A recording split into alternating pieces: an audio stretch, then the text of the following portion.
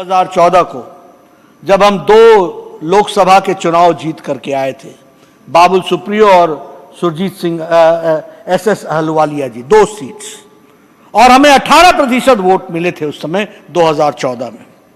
2016 के विधानसभा के चुनाव में भारतीय जनता पार्टी को विधानसभा में सिर्फ 3 सीटें मिली थी और हमारा वोट एवरेज 10.16% था।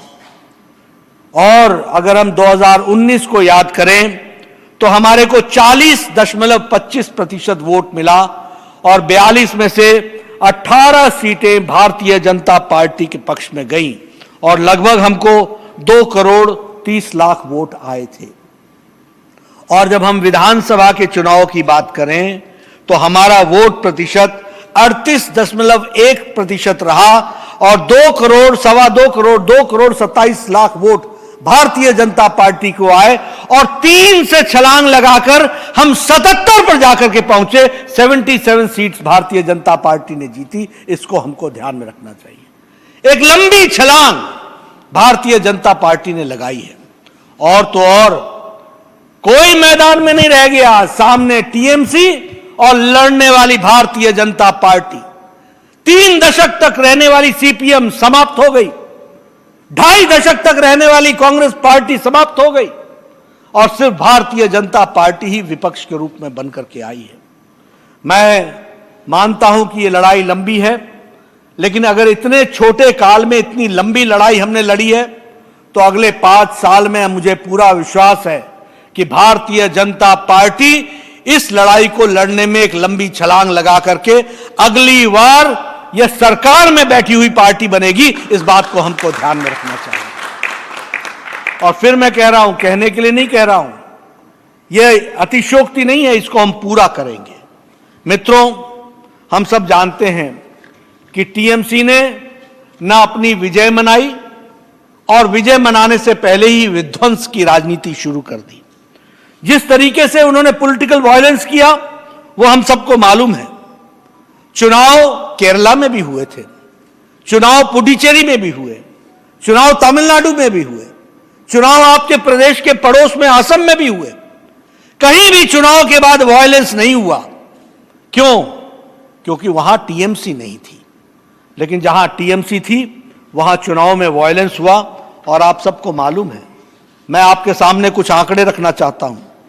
हमारे यहां लगभग 1,298 पार्टी के कार्यकर्ताओं पर जिस पर एफआईआर लॉन्च हुई है, ऐसे हमारे यहां अटैक हुआ है।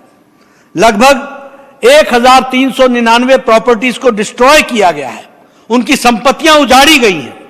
676 इंसिडेंट लूटिंग की हुई है, लूट मचाई है और लगभग 108 परिवारों को थ्रेट की धमकी दी गई है। यह हम सब लोग जानते हैं। कमीशन ने कंप्लेंट जो दर्ज की है उनमें 2067 केसेस उसमें दर्ज हुए हैं कमीशन के अंदर। ह्यूमन राइट्स कमीशन में 254 केस दर्ज हुए, एससी कमीशन में 1769 केस दर्ज हुए, एसटी कमीशन में 25 केसेस दर्ज हुए हैं, वुमेन कमीशन में 19 केसेस दर्ज हुए हैं और 5,650 case FIR general police complaint में उसको दर्ज हुआ है। यह हम सब लोगों के ध्यान में है। आरामबाग का कार्यालय और बिष्णुपुर के कार्यालय को जला दिया गया।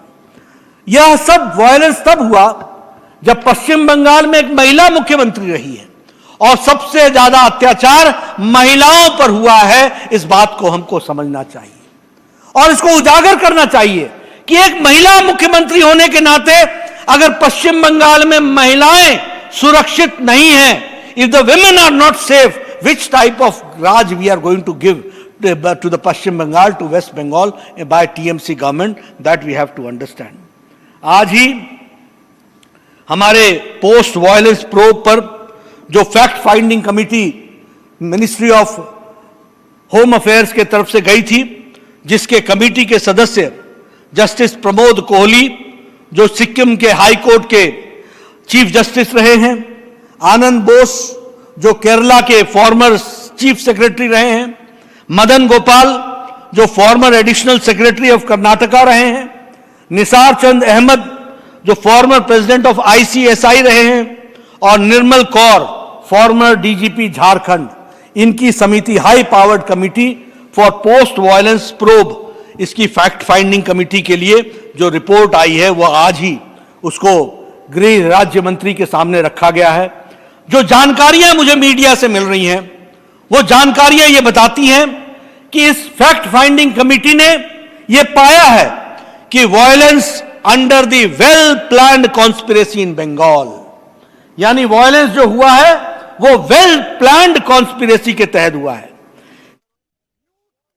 In the violence along with political activist, यानी क्रिमिनल्स, षड्यंत्रकारी जो क्रिमिनल्स थे वह राजनीतिक दल के साथ मिलकर के इस काम को उन्होंने किया है। जिन लोगों ने, जो लोग उनके विरोधी थे उनको मारा गया, वुमेन का रेप हुआ है, हाउसेस डिमोलिश किए गए हैं, विक्टिम्स को प्रिवेंट किया गया है from going to the police station, और फाइन्स वर इम्पोज्ड, उनके ऊपर जुर्माना लगाया गया कि तुम भारतीय जनता पार्टी के साथ क्यों गए हो, इसके लिए जुर्माना लगाया गया। यह हमने बंगाल में देखा है। इसके साथ साथ police remained as mute spectator, Bengal की पुलिस मूक दर्शक रही है। इससे ज्यादा शर्मनाक बात नहीं हो सकती है जो हमको देखने को मिला है। आधार कार्ड्स और राशन कार्ड जिन लोगों ने विरोध में काम किया उनसे छीने गए हैं। बंगाल वायलेंस में फेलियर ऑफ एडमिनिस्ट्रेशन है, प्रशासन का फेलियर है, यह हाई पावर्ड कमिटी कहती है। और SC, ST, women and weaker societies were targeted.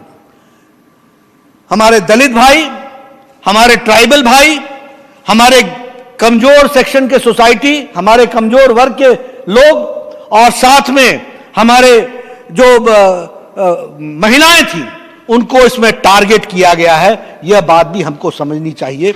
यह रिपोर्ट मेरी नहीं है, यह रिपोर्ट मेरी कोई मन भगड़ंत की बातें नहीं है।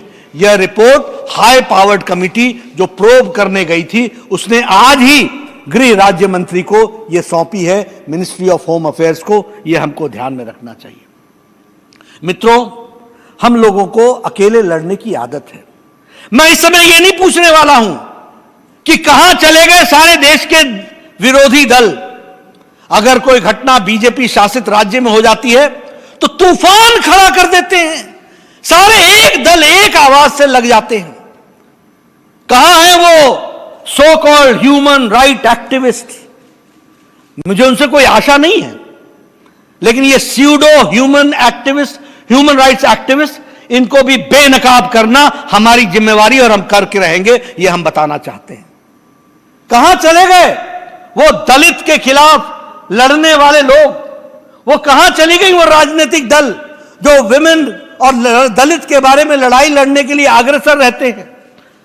वो कहीं बीजेपी शासित राज्य में कोई घटना दुर्भाग्यवश हो जाए उसका हम समर्थन नहीं करते, लेकिन तुरंत ऐसे चिल्लाते हैं जैसे ये बहुत बड़ा अन्याय सिर्फ बीजेपी राज्य में हो रहा है। लेकिन बंगाल में टारगेट किया जाता है महिलाओं को, मुख्यमंत्री महिला है, टारगेट किया जाता है दलित्स को, टारगेट किया जाता है ट्राइबल्स को, टारगेट किया जाता है हमारे weaker sections of the society को, कमजोर वर्ग के लोगों को। तब इनकी आवाज नहीं निकलती, गले में जान समाप्त हो जाती है। मित्रों, ये स्यूडो सेक्युलरिस्टों को भी और ये स्यूडो ह्यूमन राइट एक्टिविस्ट को भी बेनकाब करना ये हमारी जिम्मेवारी होगी। इनसे हम कोई आशा नहीं रखते, ये हमको ध्यान में रखना चाहिए। और बीजेपी इस मानसिकता को क्रश करेगी इन ए डेमोक्रेटिक वे।